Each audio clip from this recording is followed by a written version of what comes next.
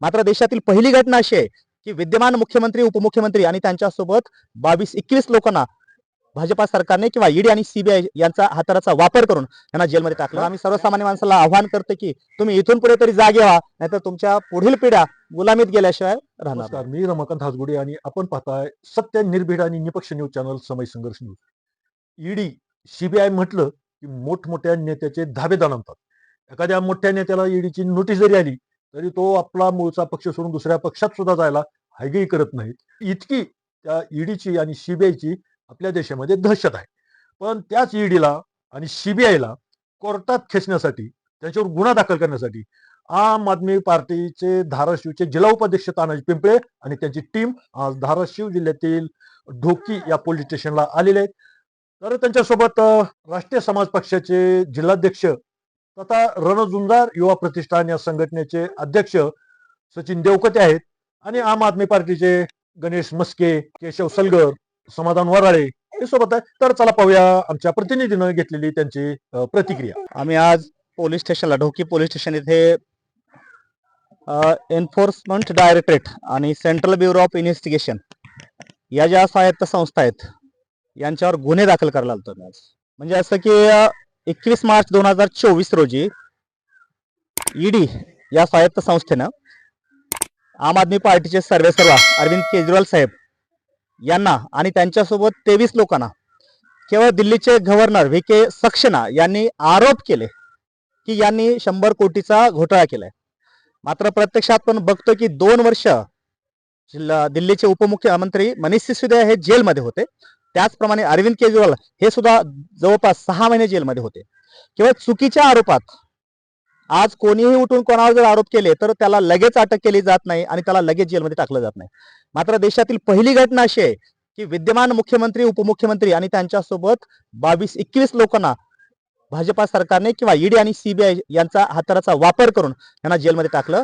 आणि आपण बघताय 27 मार्च 2026 रोजी, 27 फेब्रुवारी 2026 रोजी म्हणजे कालच्या 27 तारखेला हायकोर्टाने, दिल्ली हायकोर्टाने या सर्व लोकांना निर्दोष सोडलेला आहे. मग आमचं म्हणणं असं आहे की या माणसाचं कॅरेक्टर घालण्याचा अधिकार कोणाला दिला? त्यांच्या स्वातंत्र्यावर गधा आणण्याचं काम ईडी आणि सीबीआयने केले, म्हणजे त्यांच्या आडून सरकारने केलंय. मग सरकारनं समजा कोणाला सांगितलं तुम्ही यांच्यावर कारवाई करा, म्हणजे सामान्य माणसाला तुम्ही जेलमध्ये टाकणार का?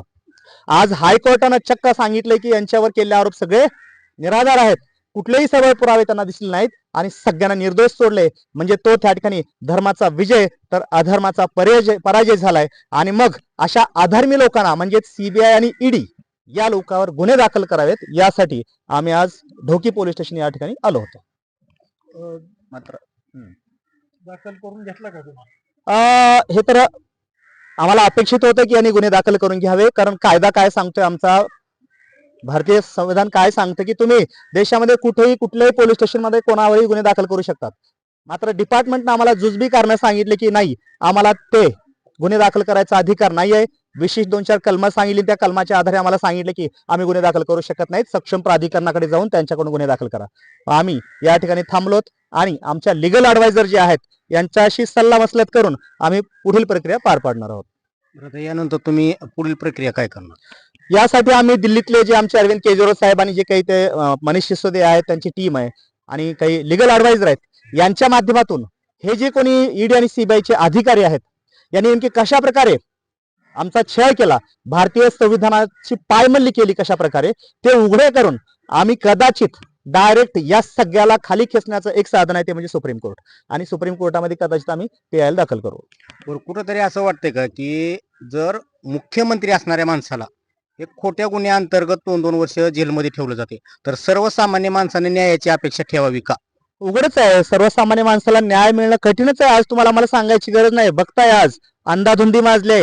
जगातील सगळ्यात मोठी लोकशाही असलेल्या देशामध्ये आज बघताय झुंडशाही झाली, लोकशाहीच्या ठिकाणी झुंडशाही झाली. मोजके लोकच ते आमदार पुढारी आहेत आणि त्या लोकांनी सगळा देश खड्ड्यात नेला. तुम्ही बघताय सगळ्या स्वायत्त संस्था यांनी ताब्यात घेतल्यात आणि जो कोणी यांच्या विरोधात जाईल त्याच्यावर कायदेशीर बडगा उगारला जातो, नाहीतर मग यमसदनी पाठवण्याचं काम या सरकारनं किंवा या स्वायत्त संस्थांनी केले आहेत. याचे पुरावे आपल्याकडे सध्या बघतात. अख्खा देश पूर्णपणे या ठिकाणी या सरकारच्या विरोधात पेटलेला दिसून येतो आपल्याला.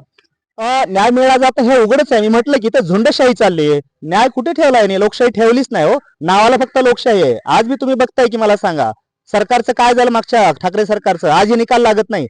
सरकार बदलून दुसरं सरकार आलं या ठिकाणी.